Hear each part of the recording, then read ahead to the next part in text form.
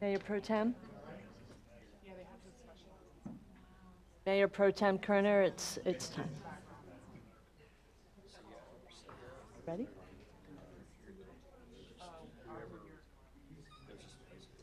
Yeah, you're like,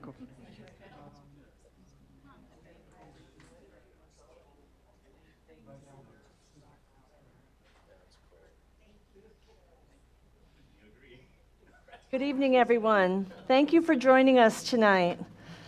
For the record, it's May 4th, 2023, and the time is 6:30 p.m. I'll begin the roll call. So, Council, when I call your name, please say here or present. Mayor Pro Tem Kerner. Here. Mayor Maxton is not present today. Councilmember Stroop. Here.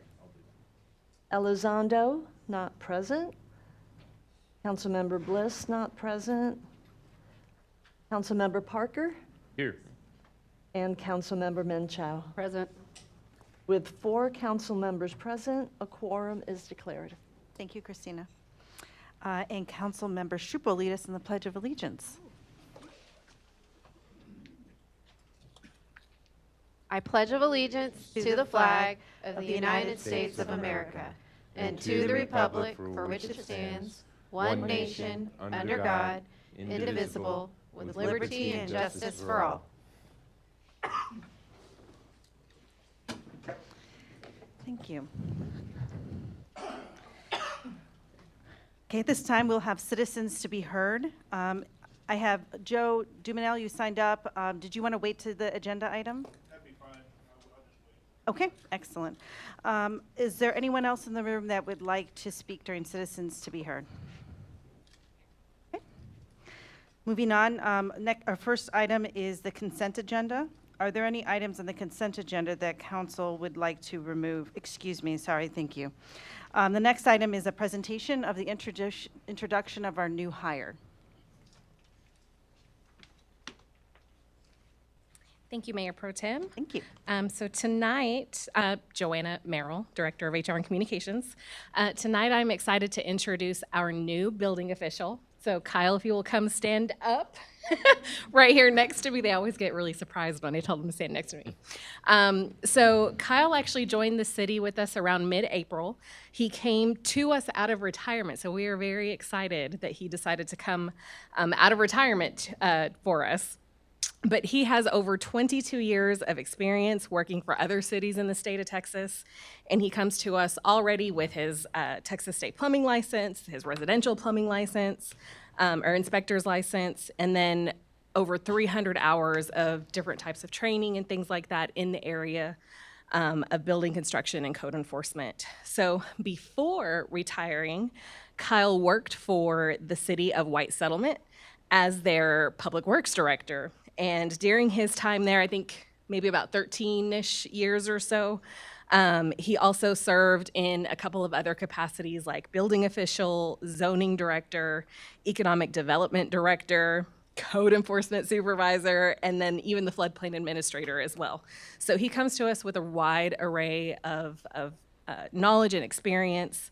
And so we are just very excited to have him join our team as our current building official. So residents will see him all around town. All right, well, thank you so much, Kyle, and just join me in congratulating him. Thank you. Welcome, Kyle. Thank you very much. Now we're on to the consent agenda. Is there any item on the consent agenda that council member would like to remove? Okay. Hearing that, we'll take a vote. All those in favor of the consent agenda, please say aye. Aye. Aye. All those opposed? Okay. And consent agenda has passed. Moving on to the first consideration item, which is item number 8, consideration and possible action approving the first reading of an ordinance regarding the drought contingency plan. Kelsey, if you want to come up, thank you. Good evening. My name is Kelsey. I'm the Environmental Program Manager for the city, as y'all may have seen me a few times before already. This is the first reading of the amending ordinance updating our drought contingency plan. The amendments in this ordinance, or in this ordinance, is in response to feedback received during the April 6th Drought Contingency Plan workshop. The purpose of these amendments is to continue preserving and protecting our water resources, our infrastructure during times of drought. And so within these amendments, you'll see a few items. First off will be revised definitions and updated drought surcharge initiations. We are looking to add Trinity Glen Rose Groundwater Conservation District as a triggering entity, as well as raising the Fair Oaks Ranch utility observation well height by 5 feet for stages 2 and 3. Additionally, there's some clarification to existing restrictions that have been incorporated in, as well as adding in an exception to the issuance of landscape watering permits for lawns purchased within 7 days prior to stage 1 initiation. During drought stage 2, a new restriction has been added which would limit golf course watering to effluent and non-potable irrigation well water only, as well as a drought surcharge appeal process has also been identified, defined, and included in these revisions as well. Moving on to surcharges, residential drought surcharge thresholds have been lowered to 20,000 gallons for stage 1, 15,000 gallons for stage 2, and then 10,000 gallons for stage 3. Based on some feedback from council during our workshop, there was a request to include a little bit more data on 2022 residential consumption, and so we've included that here on the cover page. First, average consumption was 14,024 gallons per month.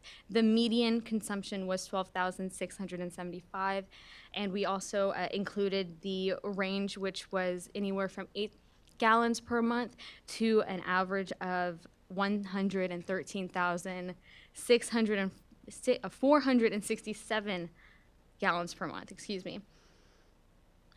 We've also included a graphic in here to help show better the breakdown of where our residential accounts, their monthly consumption falls into. As seen in this graphic, most residents use under 20,000 gallons, and so the lowering of the surcharges is really there to target high water users to help to encourage them to employ more water conservation practices during stages of drought.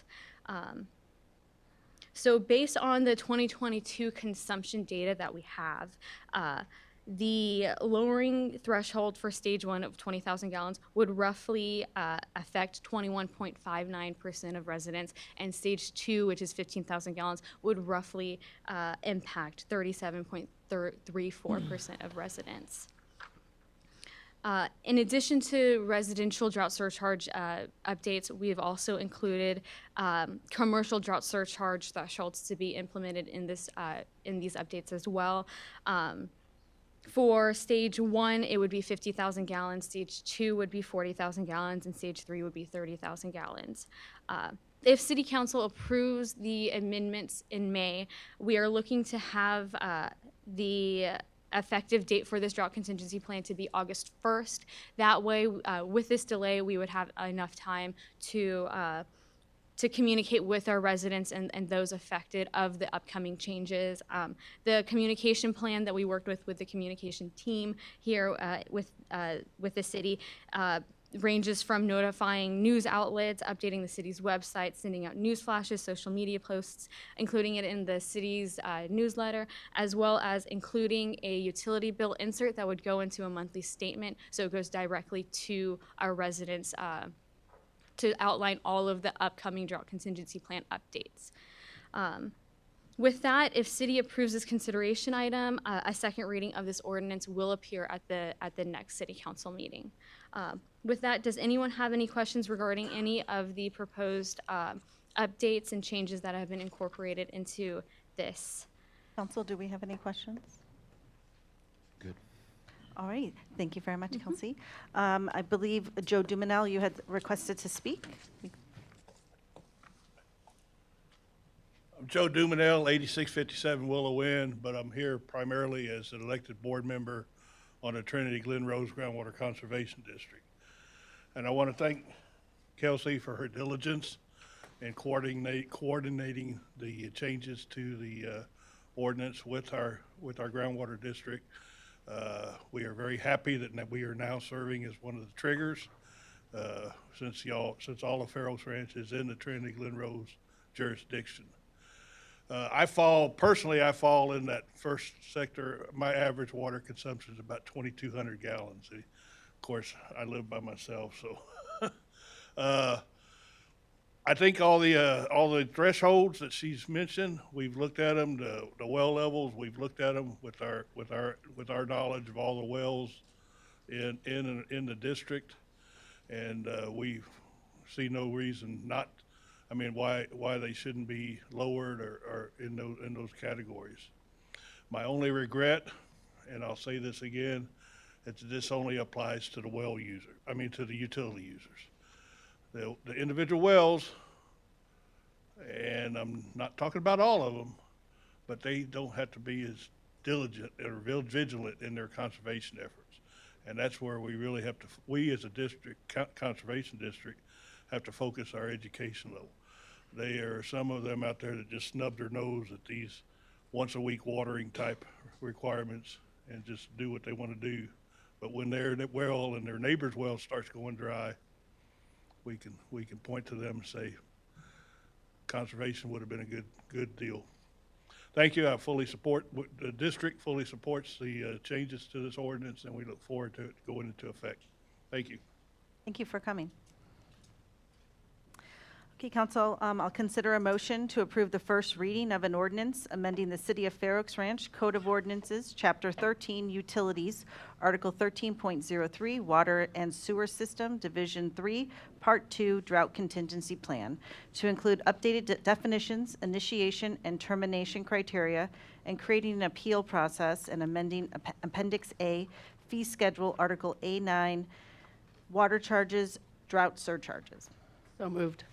Second. Is there any discussion? Hearing no discussion, we'll put it to a vote. All those in favor, please say aye. Aye. Aye. All those opposed? Motion passes. Thank you very much. Thank you. Great job.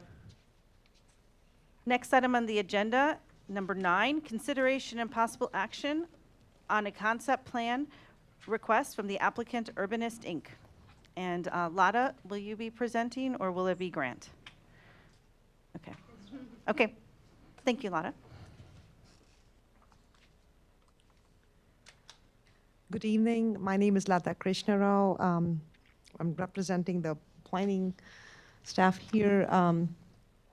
So this was a concept plan that you all probably saw on the agenda, which was tabled before. So this is a proposal for approximately 20 acres of land that's zoned mixed-use village, and it's generally located at the intersection of Deep Elkhorn and Ralph Fair Road. And just a little bit history on the submittals. As you might have seen it pop up on the agenda a few times, the first application was received in February, and then there was a resubmittal which incorporated some minor changes. P&Z looked at it at their March meeting, and there were some concerns that they had, and they had some recommendations for the applicant. So the applicant requested extension of time, and then a revised packet was submitted on the 20th, which showed a new site plan, which incorporated some of the suggestions that the P&Z had. And then, again, the extension of time had to be approved by the council, which was approved at the April meeting. And after that, P&Z did look at it and recommend approval. And then now it's in front of you for consideration and action. So it comes to you with a positive recommendation from the Planning and Zoning Commission. So just a little quick recap. Again, it's approximately 20 acres. The land is currently vacant.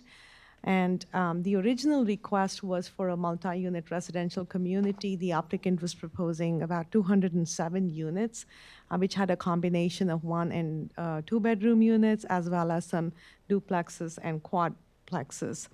And At that time, when this was discussed at the PNZ, there were some concerns by the Planning and Zoning Commission and some residents who attended that meeting. And some of the concerns was that, the mix of uses, the comprehensive plan called for a true mixed-use development. And at that time, the applicant had proposed a completely residential use. So there was some concern about that. And then the comprehensive plan recommends a village concept, and so there was some discussion on how it met that or did not meet that intent. There was also discussion on building design standards and landscaping. At that time, I guess we were still working with the applicant to get some details on landscaping.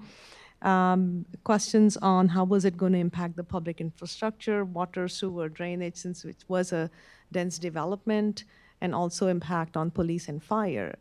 And then concern about the increased traffic on surrounding streets, especially with the site, with the access points and with the school nearby. There was some concern about safety. And again, there was some discussion on how this was all rental units. There was no home ownership incorporated, and circulation patterns, especially with golf carts, which is a popular means of transportation here. So the applicant, heard some of the PNZ's concerns and came back. So there were some partial submittals, and we still are working with the applicant to make a complete submittal. But the revised proposal now has reduced the number of residential units from 207 to 191. And with the remaining land that they have, because of that reduction, those units have been replaced with about 10,000 square feet of building. At the lower left corner, you can see that, which would contain some retail and residential uses. So there was a lot of discussion about mixed uses and what was the intent of the comprehensive plan and what does the UDC require. Now, some of the findings that I would like to share with you is even though the proposed development really did not or does not maybe meet the intent of the mixed-use district, the Unified Development Code does not require any specific mix of uses. So the uses that have been proposed by the applicant are all permitted by the Unified Development Code. And I just wanted to point that out. And then currently the way the retail building is shown on the site plan does not meet the zoning regulations, which after talking to the applicant, they're going to go and fix that. They will have to meet the zoning requirements unless some variances are granted, which would be a separate process from this approval.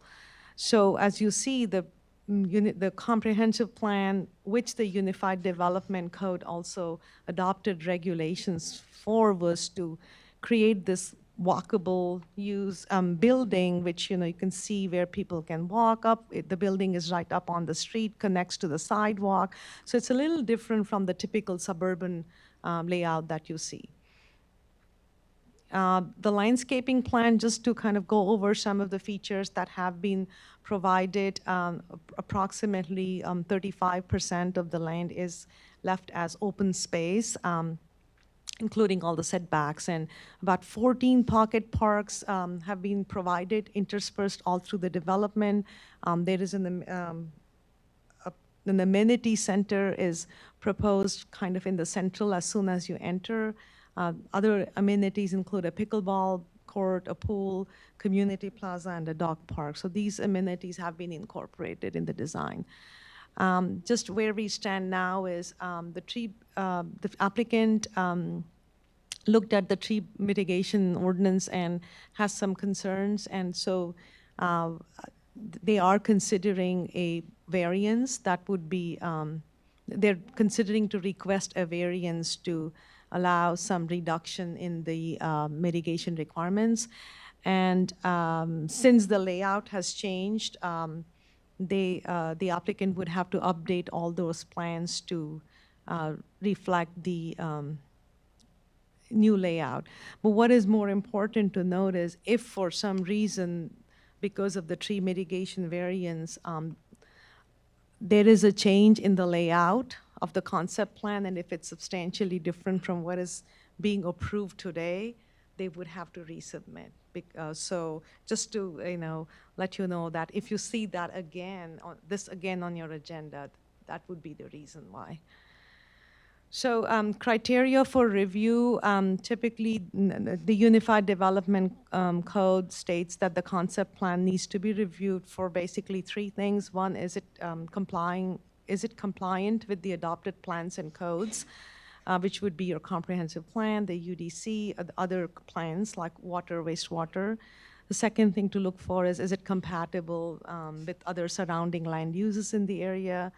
And then, is it a coordinated development where the phasing is done such that it's beneficial to all parcels there? So again, that was from the last time. The concept plan was reviewed, and you see their positive recommendation. So in terms of recommendation, again, the language typically is a affirmative language, and the votes can be in favor or against. And the council may approve or approve with conditions or deny this request. And just what P&Z did at their April 13th meeting was, as I said, they did recommend approval with some of the conditions, which was one to, like I mentioned, to complete the application set and all the drawings so that they matched each other. Also show a revised concept plan with the site layout that would meet the requirements of the UDC in terms of how the building and parking was designed, and just adding a general note on the concept plan that the requirements of the UDC and all city codes would be met. And just to kind of explain the process, after this, after the concept plan is approved, their next step would be to plat the property, which they're in the process of doing, and then they will come back with, they don't need any more approvals, they can just come back and submit a building permit. And that's why it's important that the concept plan is, to an extent, where staff at that time can figure out if their actual building permit application meets the concept plan. So that's why the more complete the concept plan is, that's going to help staff later to determine if any changes are done. So, but after this does not come back to the council again, except for the plats, the preliminary and final, which really, if they meet all the administrative, all the requirements, then it would need to be approved. So again, I mentioned the motion. That's what the motion is, and we would recommend that the conditions that the Planning and Zoning Commission recommended be added to your motion if you deem it appropriate, and also if you see that there might be other conditions that you would like to add. So that kind of concludes my presentation. I know the applicant is here. If you have any questions or if you would like them to make a presentation. So. Council, do you have any questions for Lotta? Okay. Thank you very much. Are there any questions from anyone in the audience regarding the presentation who'd like to speak? Okay. Ready, so now I'll consider a motion to approve the concept plan request from the applicant Urbanist Inc. on behalf of the property owners Brenda Minahan and Mark Minahan for a proposed multi-unit residential community on approximately 19.8 acres, zoned mixed-use village district with the following conditions. Submit a complete updated application packet with all missing and incomplete information that matches the concept plan. Provide a revised concept plan showing a site layout of the commercial and residential component in compliance with the UDC, including but not limited to building frontage, pedestrian connectivity to sidewalk, parking location, and parking calculations. An added note on the concept plan that all requirements of the UDC, city codes, and city standards shall be met. And then update the landscaping plan to match the concept plan. So moved. Is there a second? Okay, thank you. Is there any discussion, council? Hearing no discussion. We'll take a vote. All those in favor, please say aye. Aye. Aye. All those opposed? Motion passes. Thank you, everyone. Next item on the agenda is consideration and possible action regarding requirements or expenditures associated with the local disaster. And our interim city manager, Scott Huizingay, will present. Thank you, Madam Mayor Pro Tem. Just an update for you tonight on where we are in the process. I'm happy to report that crews are currently working in the last section in Bexar County. That's section 13 right now. We certainly should be done in the next few days, and hopefully less than that. But we're very close to completion. We have just 96 piles remaining out of over 2,300 citywide, so we're getting very close. In the current contract for Bexar County, which council approved and amended at our last meeting, we've expended, as of Thursday afternoon, or at least encumbered, $257,300 about overall out of an authorized $336,000 and change. So basically, we have 6% of the piles in Bexar County remaining, with 24% of the budget, or authorized budget, remaining. So I think we're in good shape overall. We're 96% completed with the city as a whole. We've collected substantially more in Bexar County than was originally estimated back in February. That's probably not a surprise, but as of midday, we've collected over close to 33,000 cubic yards just in Bexar County.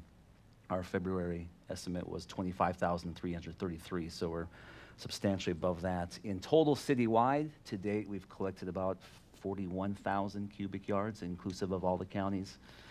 And we should be pretty close to that mark. I'm sure there's a few thousand more out there, but getting close. So I think we're good with the amended budget as it is now. We're almost completed, and we're not requesting any further action by the council tonight. That's my update.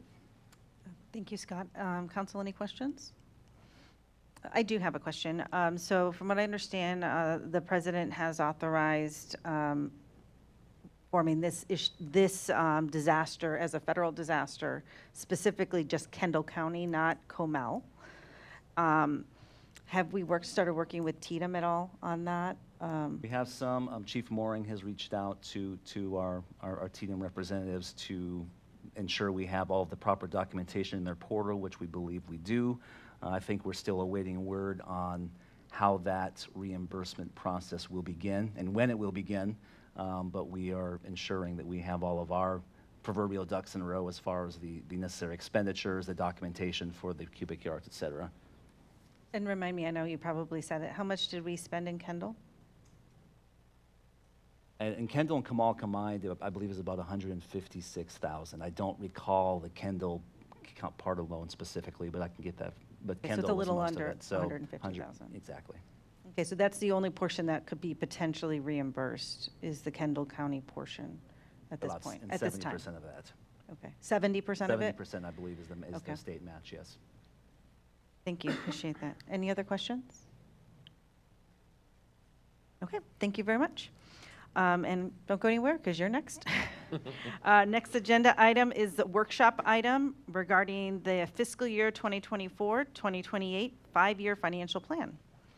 And Scott, you'll be walking us through this.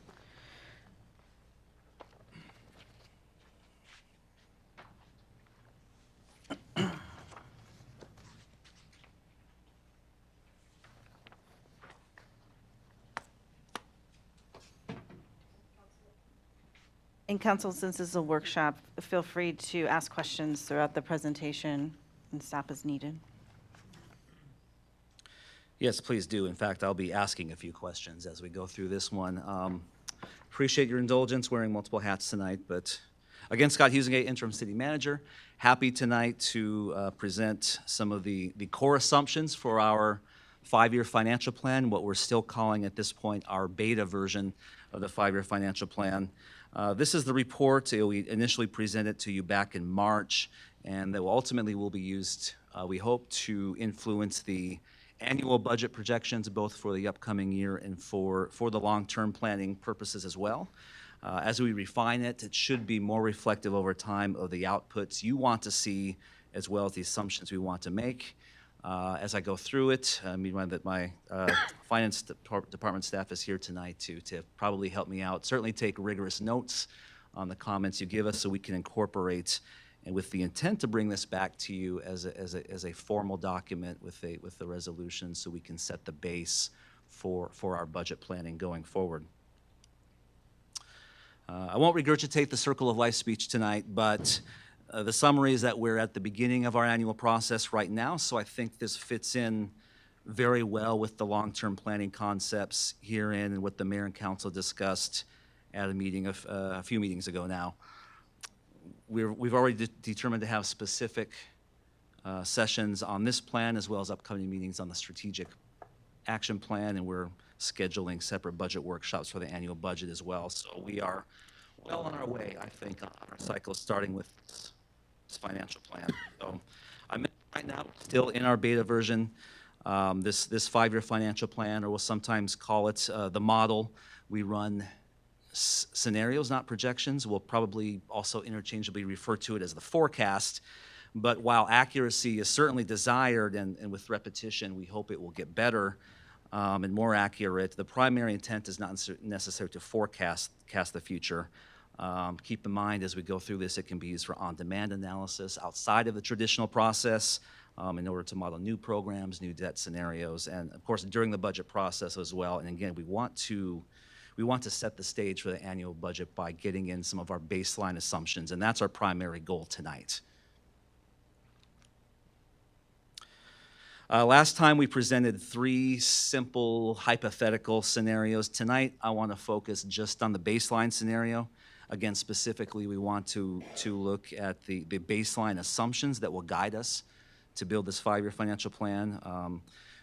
Further, we want to drill down a little more specifically into the FY 23-24 assumptions, so we can use that again as a base to build the proposed budget that we'll start discussing beginning next month.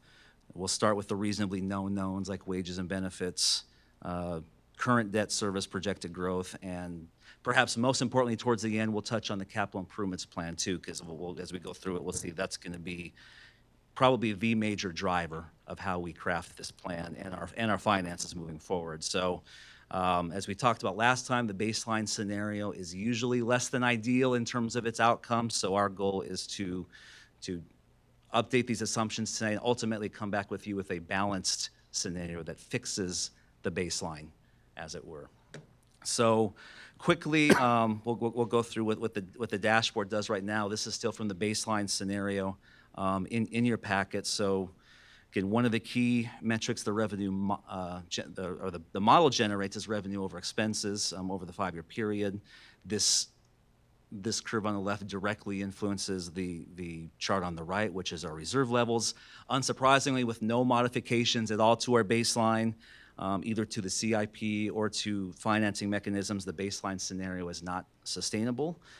We experience an operating deficit every year in the plan after year 3, and that's largely due to our capital program as projected right now, which we'll touch on in a second. I guess that's on this slide. Our portfolio of services on the left models expenditures by program. I always like to say, much like a personal portfolio of investments, we should ask ourselves, how do we want this mix of investments to look after 5 years? This shows the projected expenditures by program in year 5 of the model, fiscal year 28. It's difficult sometimes to make wholesale changes within 1 year, but within 5 years, with a plan, you can start to make inroads to have a more directed, target approach to our programs and our operating and capital investments down the road. I mentioned on the right, we see what the mix of operations versus capital spending is projected to look like. Again, the operational spending and the baseline grows very incrementally, but our capital spending fluctuates considerably based on the projects we've identified, the timing of them, and certainly the scope of them. So again, I would argue that's probably where one of the main pain points are in the plan from the financial perspective is our CIP and how we want to tackle that.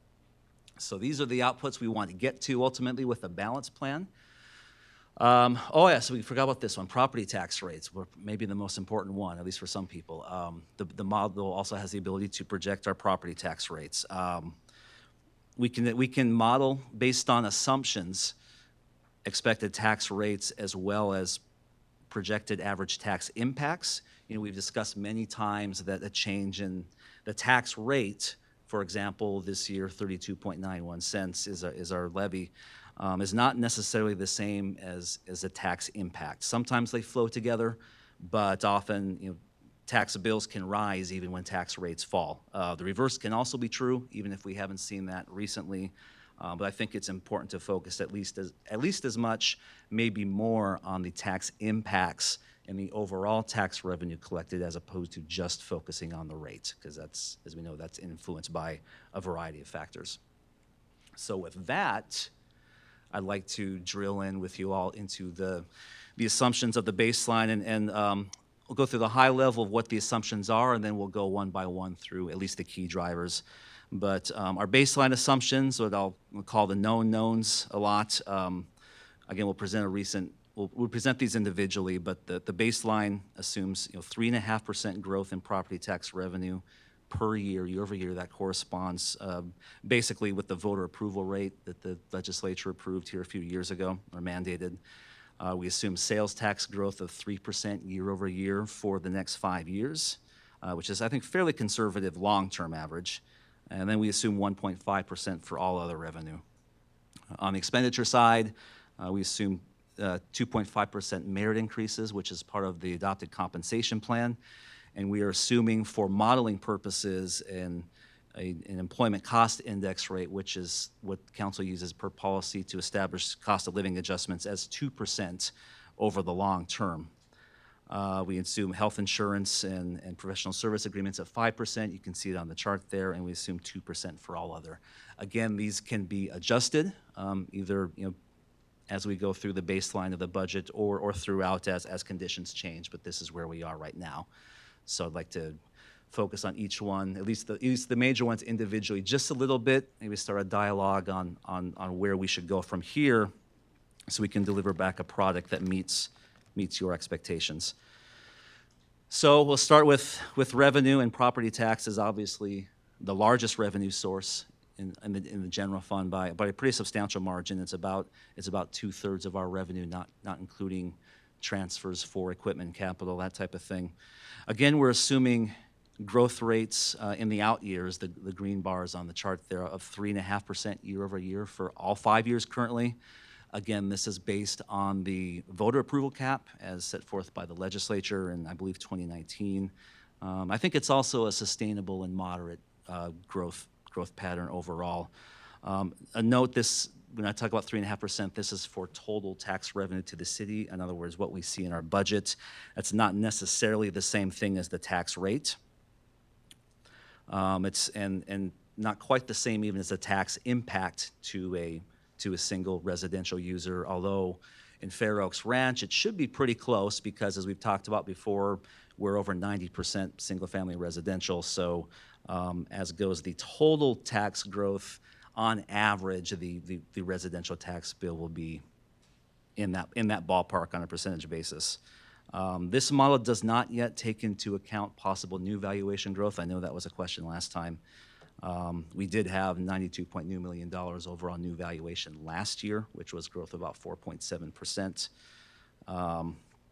So that's something that as we mature on this model, we could make some assumptions there. As you can see, the growth over time has fluctuated significantly for a variety of reasons.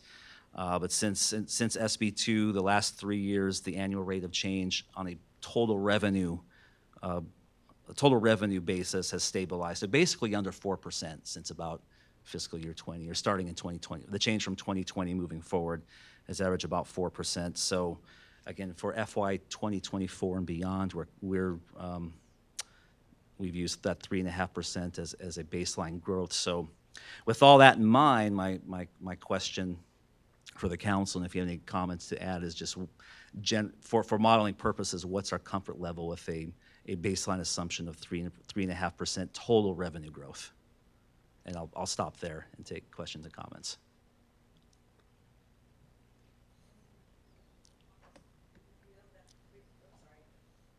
We feel that 3.5% is the appropriate one to use, at least to start with the first time we're doing this model, right? thoughts? Shy of the 4%, so as a starting point, I don't see where that wouldn't be a good place to start. I have no problem with that. And you bring up a good point tangentially too, and when I've done similar models in other places, excuse me, I've tried to caution councils or policymaking bodies against trying to be too overly conservative in your modeling, and that's a natural tendency for policymakers, and certainly for finance people. You want to be really conservative. You estimate revenue growth really low, expenditure growth maybe even a little bit high, just to make sure that you stay within the margins, right? The only cautionary tale from a modeling perspective is, due to the compounding, if you get too conservative, it really constrains your ability to make policy determinations in the long term. So that's why even if 3.5%, for example, on revenue may be, a little rich year over year, I do like it as a modeling perspective that you can be adjusted when you actually do the budget. But it gives you the flexibility, I think, to make some decisions on a policy and investment level. Yes, ma'am. I understand the modeling part of all of this and why we would want to set it like you're saying, but does this, I'm under the impression that once we get this 5-year forecast, and maybe I'm wrong, so that's why I'm asking, once we get this in, this is going to kind of indicate or give direction to staff. That's where we want to start our budget process. So in theory, what I'm understanding from this is we're telling staff, go out and start your budgets, what you're going to ask for, what you're not going to ask for, and when you're going to present it to us. And we want that budget to be at the voter approval rate versus a different rate. So I guess that's my question. Is that an indication that we're giving staff? Because that's not necessarily where I would prefer that to be. Sure. I think that's close, Councilmember Munchau, with the one caveat that because of how the property tax calculations work with new growth and exemption, I won't go into all that, the tax calc, but so I don't know if the voter approval rate will be exactly 3.5%, just by the time all those machinations are done. But to your point, what we'd be looking for is at this level, or whatever we approve, that is the basis by which we would assume overall revenue growth. So yes, if this was approved based on feedback and adoption, we would start with last year's or current year's really property tax collections, increase that by 3.5% to begin our budget process. Doesn't mean we have to approve that. No, That would I be get where that. it I get starts. that. It's just a lot of times when we start the budget, I would say the 2 times I've done it, because I guess I can't say a lot of time, but the 2 times that I've done it, we have started, and then of course we add, subtract, take things in, take things out. But I guess personally, I'm a little concerned sending staff off to make a budget and spend all this time to do something when it's over what it is that we want to approve, and therefore we're going to be then pulling a bunch of stuff out. I mean, I understand we don't have to approve it. It's just, it's a lot of work for them to then have to say, okay, what actually really matters to you? What can we take out, et cetera, et cetera. So Okay, so I think I don't think we're saying that we're going to start with an increase in our tax rate. What we're saying is we're going to assume we're going to get more money from property taxes, and that's where they're going to start at. Now, that may Fair. not end up changing the tax rate depending on if we have new properties coming in and a whole bunch of other things. But they have to assume something because the employees are going to get more money, so the expenditures are going to go up. So we have to assume something else on the revenue needs to go up too. So are you good with 3.5? It's not making us set a tax rate. It's just assuming our property tax income is going to be increased. I know. So if you don't want it 3.5%, what do you want it at? Okay. I don't have a suggestion for that currently. Okay. Anyone not comfortable with 3.5%, assuming the property tax income will increase? I mean, I see where Chesley's coming from. If you start a little higher as opposed to a little lower, but I also understand what your explanation was. Right.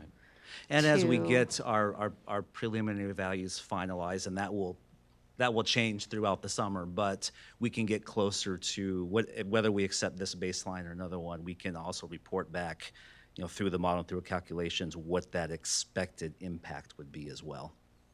Right. So I think we may have just gotten Kendall County numbers last night, so we're still going through that. But those we'll get updates throughout the summer as new values come in. But we'll be able to give that to you as well. That was going to be a question I had. You just got Kendall County. Are they the first in? They are not. They're the last in. Okay, all right. I've been out for a month, so sorry.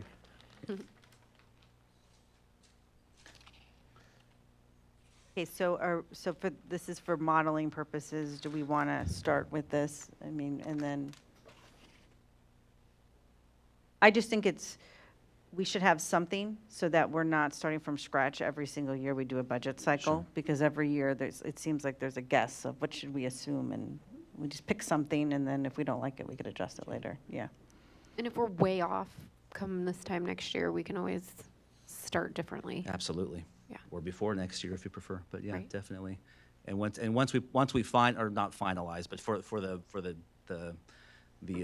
first full draft of the plan, put that in, we'll be able to at least model from a conceptual level what the total budget increase will be with all of the revenue sources. So that will give you another benchmark, if you will, for how much we're projected to grow. So we'll start there, but again, it can always change. It's meant to be a dynamic model, but appreciate the discussion, and we'll start it there.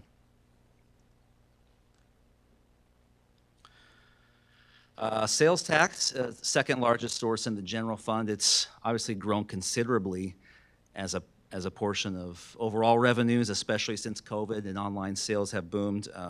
Average growth over the last 10 years is over 16% per year, which is just a phenomenal, by far the most I've ever seen year-over-year growth on average in any community. Again, culminating in 2020, also grew strong in 21 and 22. This year it seems to be leveling off. We'll talk about it a little bit in my next report. But this year we're tracking very close to our adopted budget, which was a 5% increase. You'll see in my next presentation we're at about 3% year-over-year growth. So we're close to our adopted budget, slightly under actually. So we have projected for baseline purposes a more stable 3% year-over-year 5-year growth pattern going forward. We've heard about the possibilities of a quote-unquote mild recession. The Fed raised interest rates again yesterday, which we'll also talk about. So it may make sense as we go through this modeling process to project an even smaller growth in the first year or two and build it after that. It doesn't necessarily have to be 3 all 5 years. But we've started that at this point. It's all pretty speculative. Tracking the exact timing of the economic business cycle is challenging, to say the least. But I think at least in the long term, a 3% growth rate is moderately conservative, if you will, and a good starting point. I'd love to see 10, 15% growth rates in the future. I just don't anticipate it. So we're starting at 3%. This does not take into account as more folks move in. Not that right? specifically, no, that's Okay. correct.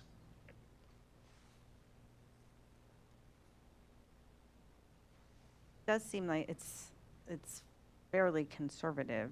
I mean, compared to, I know past behavior can't project future, right? I understand that.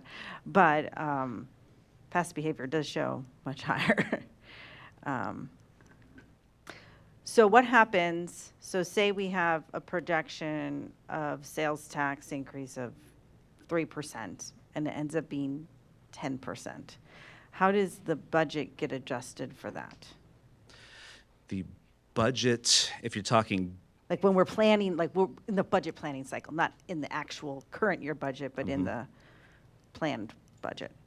So we monitor that. We get collections monthly, and we'll talk about, again, in my second quarter report, that it's 2 months behind, but we do get it monthly, so we track it. So if we see an uptick, we can really adjust that in our proposed budget all the way up until we submit it to you in August. We typically have a pretty good idea by the June, July timeframe, which is we've gone through the peaks and valleys for the most part of the year, the different buying cycles, holidays, et cetera. So we have a pretty good idea where it's going to land, but we're monitoring that up until that point. So if we feel like it needs an adjustment, we can bring that back to you at that point. Can I ask a philosophical question? Please do. Okay, so why are we going down to this granular level in general, talking about taxes and sales tax? Why wouldn't we just make a high-level assumption that the overall revenue for the city goes up by 3.5% every year, regardless of whether it's property taxes, sales taxes, franchise tax? Because us breaking it down at this level, to me, sounds like we're doing a lot of guessing, when our property tax increase might be less if our sales tax is increased, right? You know, why wouldn't we do it at a higher level and just say, let's assume the overall revenue of the city will increase by 3.5% every year, regardless of the source? So I think it primarily has to do with the first part, which is the property tax rate, which of course the council has to set every year. And I think I'll hit on exactly your point on the next slide, which is the all other revenue, which all those other sources combined is like 15% of the total budget. But how we get at least these our top 2 or 3 revenue sources is important, because they don't necessarily grow at the same time, and how the other ones grow, sales tax particularly, but even to a much smaller degree, building permits, franchise fees, can impact what we do with the property tax. So if we assume, for example, to your suggestion, just a 4% overall growth. If sales tax is growing at 1%, and similar with the buildings, that could mean a 5 or 6% change to property tax, which we may not necessarily want. Right, but we would make that decision at the time of the budget cycle rather than now. So what I'm saying is, if we just say, let's just project our revenue for the city will increase by 4% every year as part of our model, and don't go down to this level, right? And then when we start the budget cycle, you would try to start it with that 4% increase, and then look at how is sales tax looking. Oh, most of it could be sales tax, Right. and then if we see that sales tax is really low and that makes property taxes have to be high, well, then maybe we can make a decision, we're not going to grow at 4% this year. We're going to grow much lower. So I think I'd rather do that than try to break it down to these small granular things. You could, and Yeah. we can do that behind the scenes as well. The point here is to at least so we know going in what the assumptions are, and the council understands going in what the assumptions are. So when we present this to you, particularly when we get to those longer term decisions after the 1-year budget cycle, particularly the capital improvements plan, we at least have a baseline understanding, to use the term, of what assumptions we're making, so we can plug in our long-term projects. The other advantage it does is it gives us the ability to provide estimated or modeled property tax impacts based on those assumptions. And again, it is still just a model, still just a projection, if you will, but it does provide the ability to be a little more specific. Yes, conditions can and will change, so we absolutely could do that. And if we don't want to have this conversation at the council level anymore, that's okay. But again, just to at least want to, again, provide that understanding of what's going into that model and what the potential outputs are based on that model. I know I think my preference would be to stick at just the overall revenue number rather than break it down, at least at our behind the scenes. You guys use whatever assumptions you want, but at our level, because it might encourage, one of our strategic action plans is to look for sources of revenue other than property taxes. So we just say we need to grow, but property tax isn't the only lever we have. And sales tax we don't have as much say over. True. Unless we encourage buying on Amazon or some other sales force or, some other type of source of revenue that way. But I think when we say these type of things, it does, like you're saying, Chesley, open up saying, well, council intends to increase our taxes by 3.5% every year. Well, that's not really our intention. Our intention is to grow revenue for the city, but it doesn't necessarily mean it has to be by property taxes. Right? We have to be able to Correct, keep up with correct. the cost, right?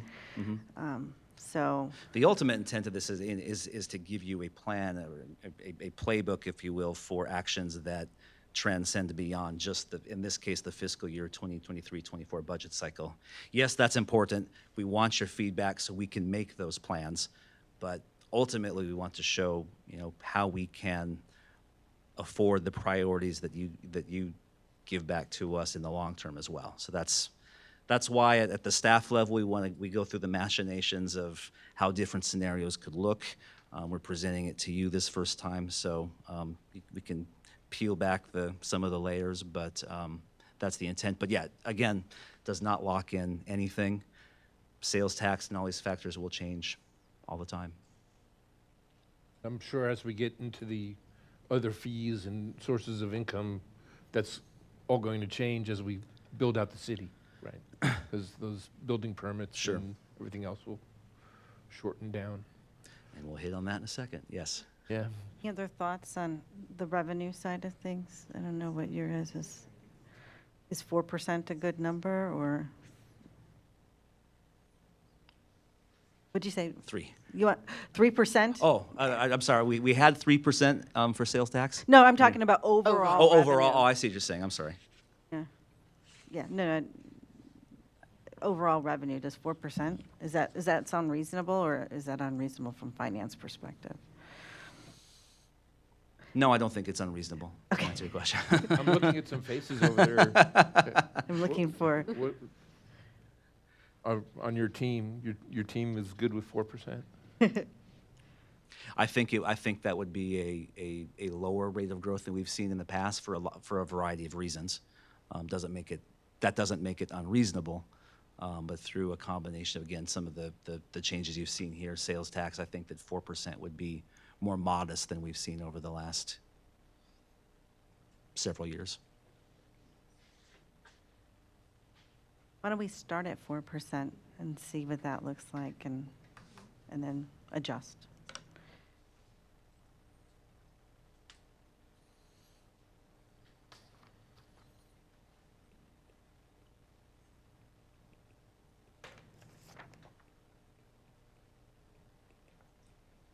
Okay.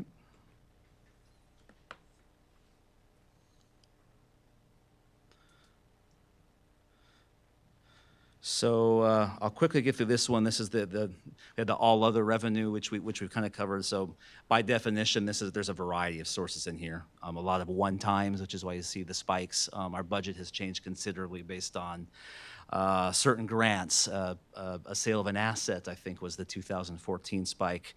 What I was going to suggest is if we just come back and we take a more granular look at the staff level at the bigger drivers within this category. That's franchise fees, court fines, and building permits. The rest is really pocket change in the grand scheme of things. How about the homestead, the exemption reimbursement that, We're that still in waiting there? word, but we where does that out? don't One know what to pixel- model one yet, pixel but on there. that will be roughly 0.01% probably. I'm trying to do the decimals in my Yeah. head, but yeah. Won't change it significantly. But but they got our application, and they've confirmed that. And That would fall under other revenue, right? It would, yes, Okay. yes, ma'am. And our opioid settlement, Yeah. Can't Waiting forget for that. that Thank one. you. Still waiting I think that comes out to like $6 or It's something. it's a little like Ebates in there, big fat check that you get every now and then for $3.22 or something. But Exactly. But we'll use a similar concept here. But overall, when you count all of those bigger ones I just mentioned, this whole category with all the disparate sources is less than 15% of the budget. Your drivers are property and sales, bottom line. That makes sense. So let's shift to the expenditure side, and this is where I think we'll need the most council direction, and employee wages where we start. Obviously, it's a very prominent and it's a pretty substantial portion of our total cost, at least on the operation side. We're a service organization, so of course that means it stands to reason that labor will be by far the largest expense, again, at least operationally. The changes in wages can vary for several reasons other than just approved COLAs, right? If we increase FTEs in a specific year, or if we had an unusual period of vacancies in a specific year, that can substantially change the year-over-year expenditures. So when you see, for example, a 17-18% increase in projected wages this year, that's not because we approved an 18% wage increase, right? This, we had a lot of vacancies last year. We approved a couple or 3 new positions, and we did have a higher than usual COLA. So one takeaway here for planning purposes is when we model this going forward, I think we want to, as a staff, and bring back to you as well, and reporting this to you now so you know this for future iterations, that we want to analyze expected salary savings as well for planning purposes, so we have a better baseline going forward than just the adopted or the amended budget, right? And we'll take that into account as well, so you can see a true or truer, at least, pound for pound change year over year for employee wages. But for baseline purposes, it's better to look at the employment cost index, which is part of the city's adopted policy for the compensation plan. These numbers are as of March 2023, and that's the latest report that was just released last week by the BLS. So from that perspective, it's a good thing we deferred this report a couple of weeks because it allowed me to get the latest quarterly report in. It is updated quarterly, so the next release after this one will not come out until July 28th to be precise, and that will be as of June. But for now, we used, for the budget last year, when we went through that process, the June 2022 numbers was the latest that we had. And since that time, ECI has moderated slightly, but it's still growing at a pretty high clip year over year. Right now, we're seeing year over year numbers of 5% for wages, 4.5% for benefit costs, and this is nationwide. But for the region that includes Texas, which is on the far right, it's a little lower this year than last year. Last year, the reverse was true. And I'm trying to remember the exact numbers, but I think nationwide it was around 6.1, and Texas was 7.1, somewhere in there. So I think that, in short, our region probably grew more quickly than the rest of the country on average last year, and it's starting to catch up. So while it's still growing, we see a little bit lower year-over-year increase because last year was exceptionally high. At least that's my theory. Right now, our plan presumes a 2.5% step growth, which is part of our compensation plan, and only 2% for the COLA. I think that for the long term, 2 to 3% for COLAs is pretty standard. I think very comparable, makes sense. I think the key question now is how to handle the upcoming fiscal year 2023-24 budget from a policy perspective. If we stick with the ECI number, we could ultimately use the July report, which ending June, as we get closer to see what updates it are. It seems to be trending lower. I don't know that for sure, of course, but if I were to put a couple dollars on the over-under, I would take the under by a hair, but that's just me. But it certainly seems to be trending much higher than the 2% that we've done for the prior to last year, for the last several years. So the question ultimately is, from a planning perspective and a proposed budget perspective, how do we want to treat the COLA, both for the upcoming year and then for a 5-year modeling perspective as well? Outside the capital program, this is probably the most influential part of the budget, so without putting too fine a point on it, it's kind of a big deal. So with that, I'll take comments and questions.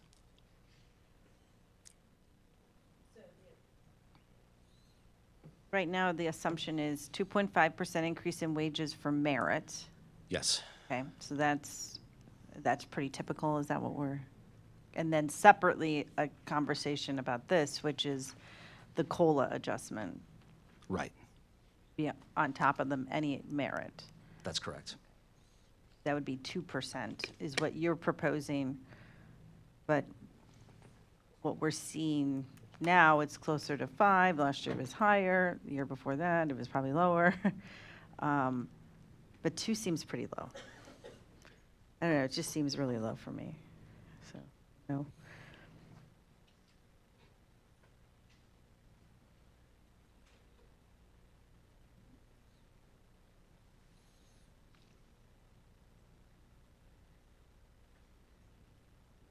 Anyone have any thoughts on that? What made you choose the 2%? What led you to that? Simple, long-term average assumptions, starting out conservative per our earlier discussion. I think we talked about this a little bit last time. I don't think any of us thought that it was going to be, that the ECI was going to be 2% this year. I think over time, again, just me, I think it will get back to that level, which is why I certainly didn't want to project 5% in perpetuity. Right. But I wanted to, for a 5-year, for a long-term planning perspective, to start with a baseline level. That's why I went with 2. I'm comfortable at the 2. I mean, we had this long discussion. Obviously, don't want to dredge that up. But the way I look at this is we're budgeting increases for salaries at approximately 4.5% total, and I understand it's made up of 2 different things. But then looking at trends that I would say in not government, but in other things, I don't know most companies that give large 4.5%, 5%, 6%, 7%, whatever you want to call it, standard every year raises. I think it's usually along a smaller side of that. So I would be comfortable with the 2%, but. Problem with it? Stick with that. And that is the assumption. My only caveat to that is how or if, and we don't have to address this tonight, but how or if we would want to address the council policy going forward. Last year we had obviously several discussions on our compensation plan philosophy, using this metric as a driver. Again, it's a guide. It's not written in stone by any stretch, but how or if we want to continue to use the ECI as the benchmark, go to something else. Again, that's not a question you have to necessarily answer tonight, but that's a question I think will come up as we go through the budget process, is to how we want to use as a guide going forward. Or do we want to have a guide other than the I mean, didn't we conditions of last the year fiscal look year. at, also we looked at even more local, right? You guys had presented to we us. did have We a got pretty in the weeds last year. Yeah, a peer city survey as well. Yes.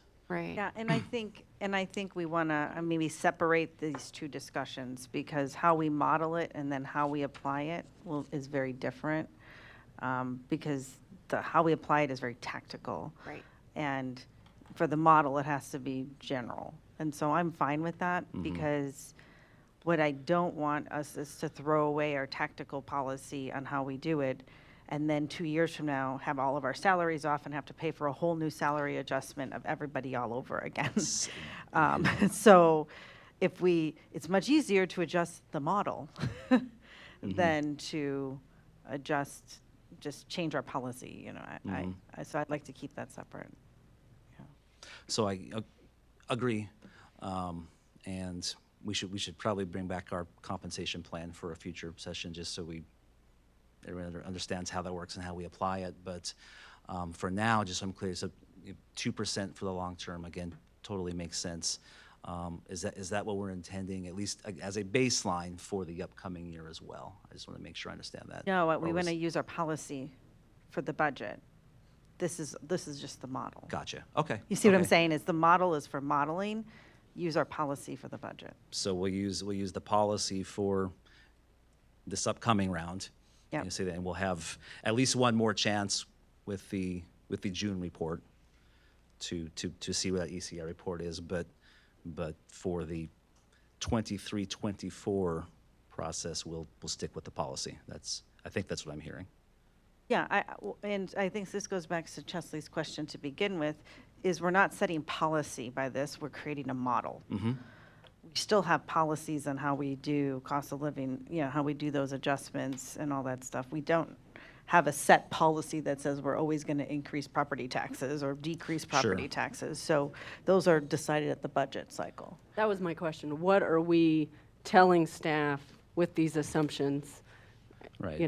going forward? Because this is this is what we're doing, and then we're making decisions later. So, Right. I mean, So the key is we'll keep or put in, or yeah, in this case, keep the assumption for the model. But I also don't want to surprise you when we get into our budget workshops if we're using something either what's in the model or what our policy is. So that's why I'm asking those questions now. We're going to have budget workshops starting in June with a budget baseline for all of these measures: property tax, wages, et cetera, operational growth. Right. I mean, and so if we come in and say, we anticipate overall revenue increase by 4%, just make that a general assumption, and we try to do that. And then we apply our tactical policies and say, okay, if we apply our employment policy and it's actually more than we thought, that's when you come to us and say, hey, this is not going to work with this. Right. What do we want to do? But That's fair. yeah. So we use that. And I said, and if it comes on the wrong side of the ledger, we'll adjust. That makes sense. I like Laura's wording of model versus tactical policy, because that's really what it is. Mm-hmm. Very good. Comes down to crunching the numbers. Okay. Health insurance, I won't go into too much detail. Again, just to let you know, we're cutting to the chase. We're assuming 5% growth on average in health insurance, which is pretty standard. You can see on this chart, it also has fluctuated considerably for a variety of reasons as we've changed pools, increased, decreased employees, had different loss ratios, et cetera. It's been wildly different, so up and down over time. This chart is probably more indicative of our employment base than the plan and loss ratio itself. But the next chart, we can see what our actual health insurance rate changes have been over the last almost decade. 3% year over year for several years, and then the last few have fluctuated. In fiscal year 2021, we changed vendors, and we got a substantial decrease the year after that. Might have been a loss leader, I'm not sure. I wasn't here at that point. It's been known to happen. Followed by the following year with the same vendor where it went up, and I wasn't here, but you probably had some discussions on that, I would guess, at the time, went up almost 24%. Maybe a function of loss leader, but we certainly had a large loss ratio that year as well. I'd like to Followed know by why that was. Followed by the current year where and so the current year we're in now, fiscal year 23, there was no change to health insurance rates, either for the city's contribution or the employee contribution. So all of our rates are exactly the same as last year. We expect that to be the same for the upcoming year as well, based on early reports that we've had so far, knock on, a very good year from an experience perspective. We won't know that for sure until August, so it's really late in the game, but we're expecting, if not no change, a very modest change for the upcoming year. But overall, based on research, based on my experience, health insurance 5 to 7% is usually pretty standard. I just want to make a comment. This is really I've been on council for almost 6 years, and this is the first time I've seen such a nice chart of historical percentage, increases and decreases of all these different areas. So I appreciate that.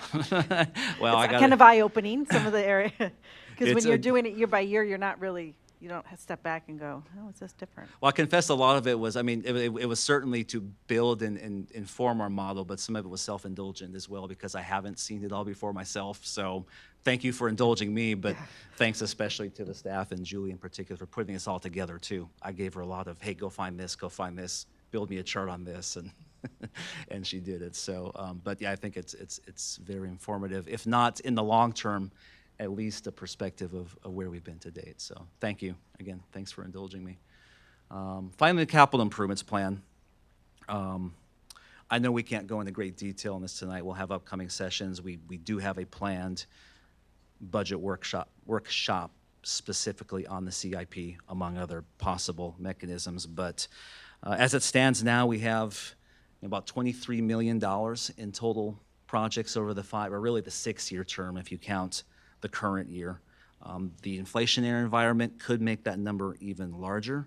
How we proceed here will probably be the biggest driver of our tax levy, ultimately, in terms of whether we do pay-as-you-go, a debt program, or some combination thereof.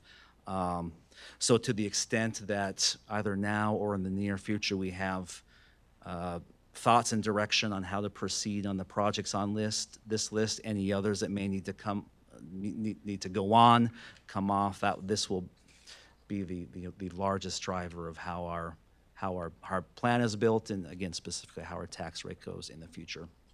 So on this one, if you have thoughts, great. I didn't anticipate you'd want to redline this plan tonight, but I do want to point out, I specifically reframed it as this really long and grueling list on a PowerPoint slide, so at least it gets in front of you. These are the projects that we've scoped. These are generally, from one of your questions several months ago, Councilmember Kerner, generally the gotta do's and should do's, or however we termed that. Are these still our priorities? That's going to be a key question as we go through the model. We're going to build the model and probably at least a partial projected debt plan based on this list, but understand as we go through it, that could change, and that's going to be very important, particularly when we get past the upcoming cycle. Those out years have some pretty big numbers attached to them. Okay, so we're walking into my wheelhouse now, so project management, project portfolio management is all that I do all day. And I've never seen a project-driven budget. I'm willing to spend $4 million a year on projects. You prioritize the most important ones that year. And so what I'm seeing here is, I want to do this project this year, so I need $5 million, and I need to do these 5 projects this year, and I need $9 million. Rather than let's plan for $4 million every year, and then city prioritize the most important projects within that budget. Because that's what I'm used to seeing, because that's how you can, so the budget doesn't fluctuate significantly in here. You'll see it goes from 991,000 to 9 million.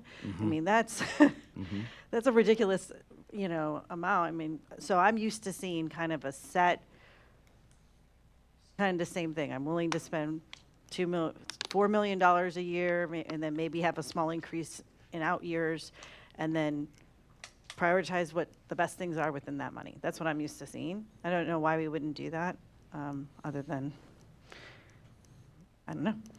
Why wouldn't we do that? Yeah, I think largely because, I think we just haven't had the discussion quite at that level, to be honest. Okay.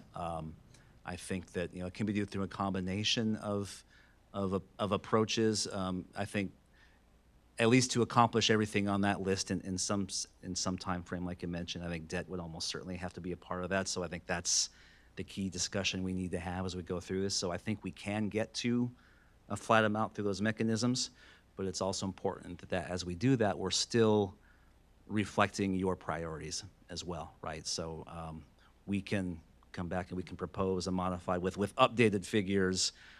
This is our proposed sequence, if you will, or priority.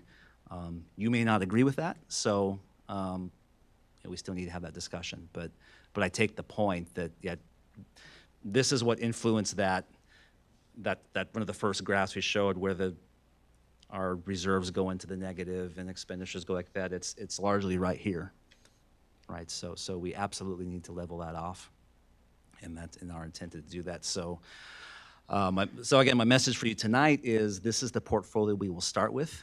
We can go back and intermix a combination pay-go debt scenario in there to get there. Just understand that if there are other priorities or maybe items that are not priorities, we need to know that as well. Yeah, and I'm not saying I'm not good with these projects. What I'm saying is we're starting with projects and not with a budget, right? And so I'd Fair. rather start with a budget and then see what projects we could do within that, which is probably the same list of projects, but maybe less in one year, more in another year, or more spread out. Yeah. And it may come down to, hey, we may have to do more one year than another year because of they have to be done at the same time. And that's what we can have that discussion, but I'd rather start with an even budget rather than. And sometimes, yeah, either it's a combination of related projects, like you're saying, or just the timing of the projects. For those we do have priority, and I know that we haven't done a lot of debt traditionally here, of course. For me, in the vast majority of times, construction inflation is much higher than the overall inflation rate of the rest of the cycle. So if there's projects that are doing, I generally recommend against advising to wait 6 years on a project that you would otherwise do because we want to accumulate the cash, right? Because even though it's debt, you're usually almost always saving money as long as it's something that we've agreed to do, right? So that's why I hearken on that. So we can come back with with a scenario that looks like that. We have a financial advisor that does this for a living, that doesn't get paid until we actually do a debt program, so that's nice too. Well, but we can get some so help here. my comments are caveated on, I'm talking about operational budget. So, if we're deciding out of our operational budget, we're going to spend $2 million on projects, then that would make sense. I'm not used to an influx of a debt, of a bond coming in a large amount at one time. That would be a different scenario. So, I mean, we could probably plan for both, because we're not going to go to debt for every project. Right, and even if it is some of both, I mean, and I'm not suggesting this, but just hypothetically, we authorize a $23 million bond. I'm not saying that. Okay. But. That's very specific, it doesn't mean- hypothetical. Okay. Just saying. 22,872,000. Yeah. But it doesn't mean you necessarily issue that debt all at once either, right? So it's a combination of what you can afford and also what we have the capacity to manage at one time in that portfolio. So there's a difference between the authorization and the issuance of as well. So Okay. it's a combination of factors, but yeah. I think this one is probably a longer discussion. It definitely is. And like I said, I didn't expect finality on this one this evening, but I guess, spoiler alert, I'll be coming back to you several times on this one throughout the summer. So I think that was it. Yes. Again, right now, relatively simple model based on all else equal assumptions for the most part, with minor variances. As this discussion evolves, we can get more complex scenarios in theory. The scenarios are literally endless, I suppose, but it is intended to be flexible. Anything we do here doesn't necessarily make it absolute. This can be done, updated any time, so even though we're at the beginning of our budget process now, this should be considered a rolling plan. But the idea is to gain consensus on the assumptions so we can use that for, again, not just the upcoming budget, although that's important, but how we plan these long-term, particularly capital projects as well. So and we should ultimately integrate the strategic plan into this as well. That's probably discussion for another time. No, we are thinking about that, but with that, I think we have at least some broad baseline assumptions that we can work with. The intent is to bring this back to you with some finalized assumptions that council can consider as a quote-unquote adopted plan that will be updated at least annually. That's our goal. Other Thank you. questions? Any other questions? Thank you. Residents or attendees, do you have any questions? Please come to the microphone and introduce yourself. West Peeper, Fair Oaks Ranch. Not so much a question, just a comment, just from listening to everything. I think the way the staff has currently laid it out with the different revenue assumptions makes more sense to me for several reasons. I can't, I can send an email with them more, better identified, but one of the things that's a planned purpose of this process is to compare the different scenarios of possibly how to fund the CIP stuff. And that's going to directly, one of the main output from that is the impact it would have on the property tax rate or tax bill. I understand the idea of simplifying, but I just feel it makes more sense for what this tool is meant to be used to get the main components identified separately with a reasonable assumption for each. If we had this tool 3 or 4 years ago before sales tax revenue went crazy, you would have had, if you used your simple 4% assumption, that would have been 4% of everything. You'd internally be assuming each component went up by 4%. But suddenly we went from this much sales tax to that much. So having that flexibility in the tool, I think, makes more sense. Just come up with reasonable assumptions. Another thing that hit me is you'd kind of settled on a 4% overall revenue increase. Well, that's bigger than anything there. We were starting with a 3.5 on property tax and 3. So you're really building in more assumed revenue with that than we had already planned on doing with the current assumptions, which is fine if that makes sense, but you're internally saying our property taxes are going to go up 4%, the revenue is, which would be exceeding the what do we call it now? The voter approval rate. I still call it the old thing. So personally, I'd rethink that. I think having the flexibility there in the tool makes more sense. Something could come up. Let's say we start to get some commercial development on the outskirts, the limited area that is zoned for allowing commercial. We start to get that. Well, sales taxes might be more, we might be going up on that. So having the flexibility in the tool to reflect that. Granted, it's not a definitive forecast, but I think that flexibility makes some sense. Make a reasonable assumption, and then you can always change those at any given time. Just my 2 cents. Thank you, Wes. Any other comments? Okay. Anything else in this workshop, or did we get everything? Not for me. I appreciate the comments and the time. First of many, probably. Then you're not going anywhere because you have the next agenda item. So next agenda item is presentation of the quarterly financial update for the quarter ending March 31st, 2023. Thank you, Mayor Pro Tem. This is the quarterly update for the second quarter, which encompasses the months of October through March, the first 6 months. As usual, we'll focus on the general fund and the utility funds, and we'll touch on the strategic projects fund as well in this report, look at major revenues, expenditures, and each.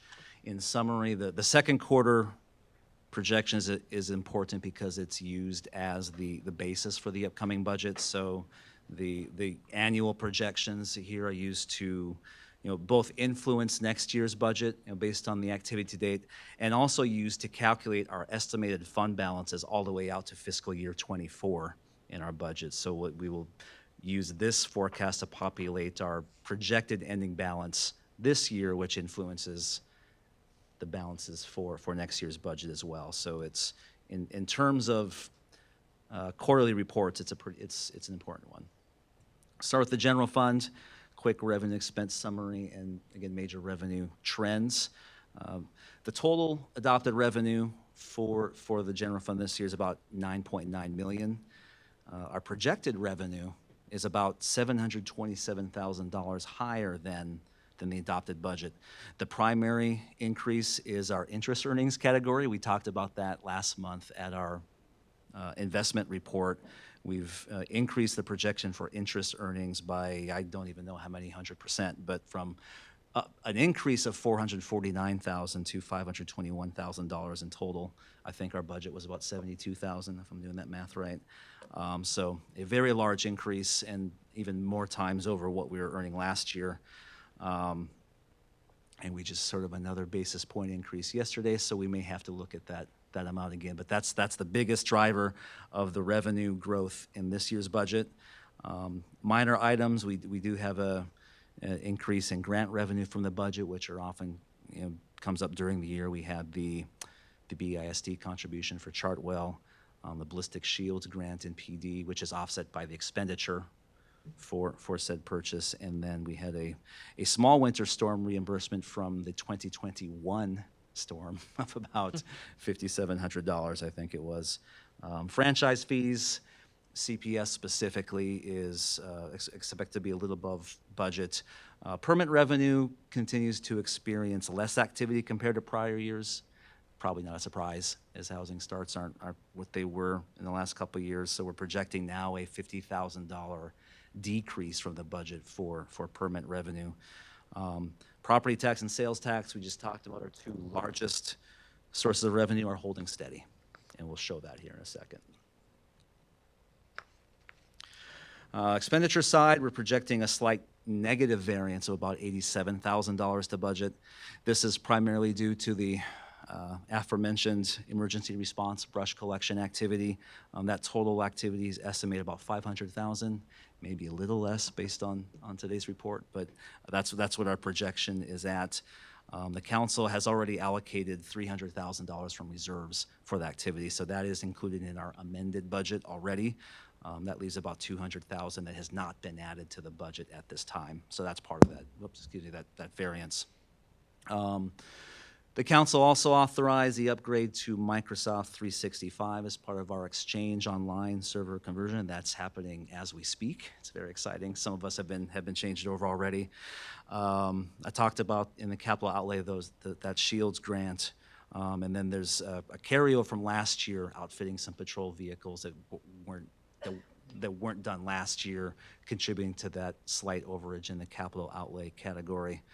Most of these costs are absorbed through either the budget amendment, or we do have projected personnel savings as well, about $146,000 as projected. So overall, the positive revenue variance of $727,000 and the negative expenditure variance leads to an overall positive budget variance of $640,000 compared to the budget.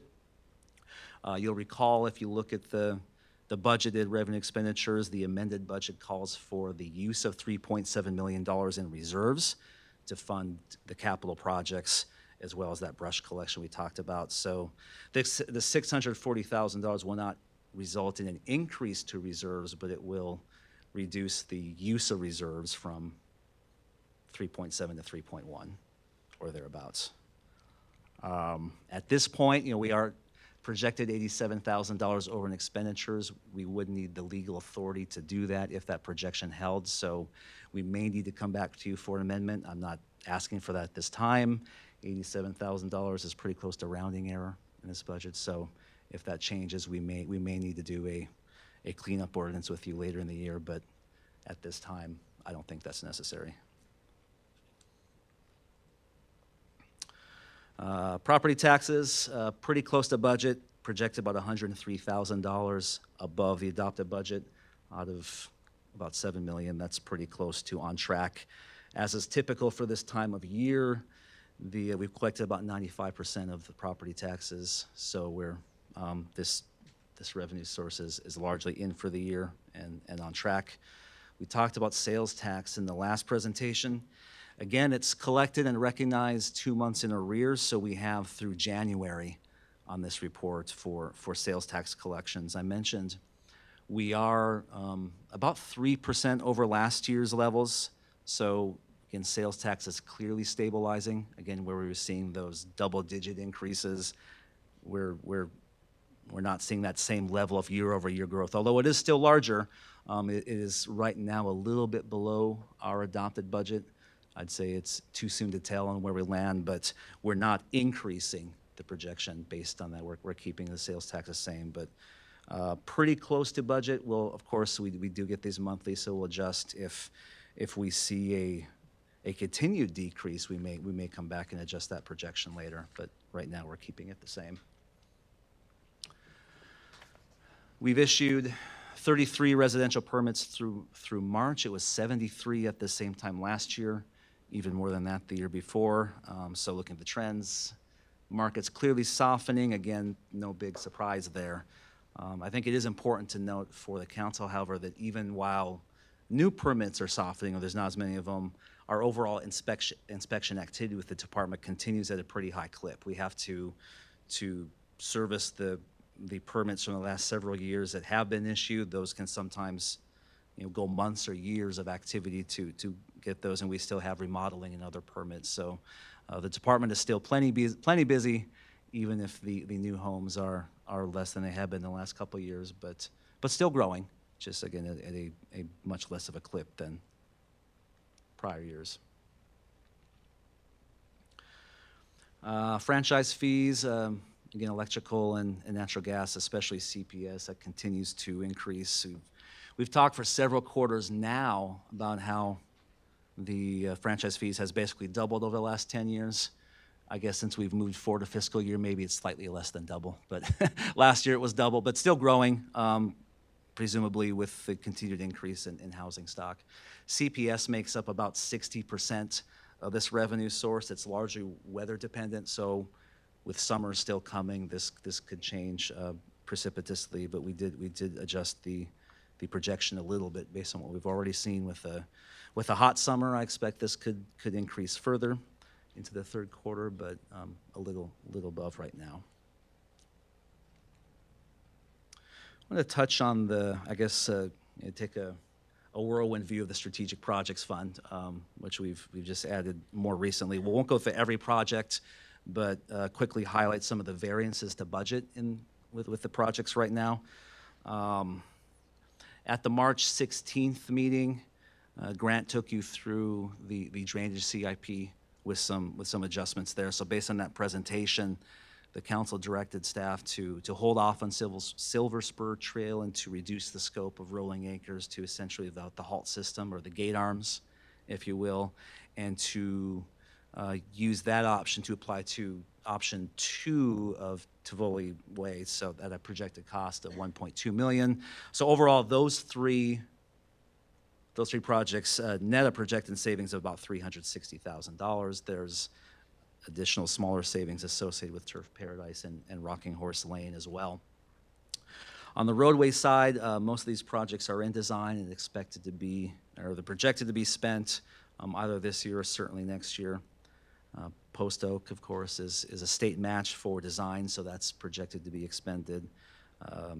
The Civic Center, of course, still to be determined as we go through the council process, but it's for projection purposes, we have it as spent, so that essentially, so it's included in our ending fund balance and not potentially reallocated at this point in time.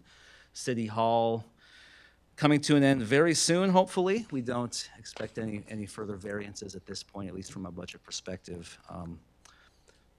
Hopefully more news on that soon. Still waiting, but it's coming, and I'm very excited.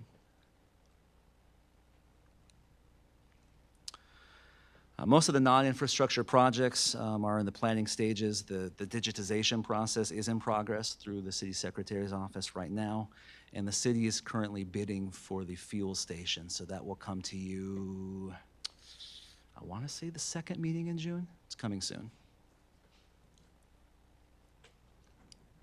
And we're about to bid on the study at the beginning, right?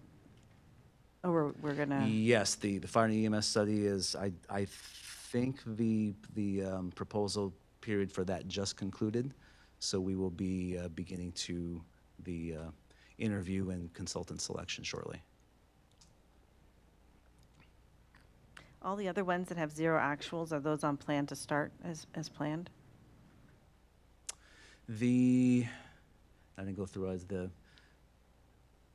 PIA software is on hold right now pending what we can do with the M365 project. The third-party record scanning will be continued as that will commence right at the end of the digitization project. So we get the digitization software in place, then we do the scanning of our old records. Comms and marketing is slated for potential design of the gateway feature.